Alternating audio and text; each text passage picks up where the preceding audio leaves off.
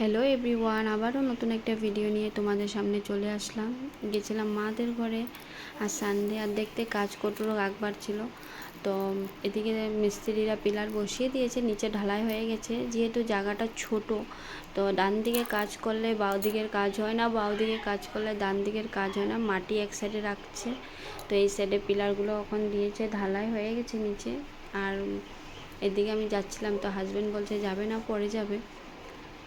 উপায় নেই, জায়গা ছোট হলে যা হয়।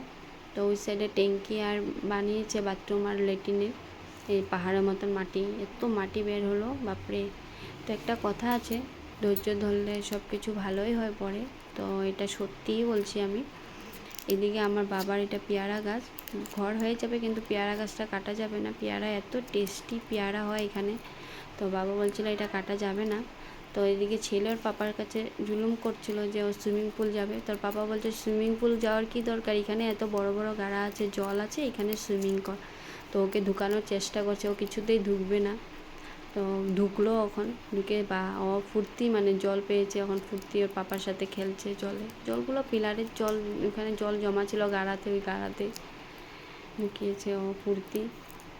তারপরে আমরা হয়ে গেছে, আরও এখন যাচ্ছি ঘরে, মা তালা মারছে। Bye bye.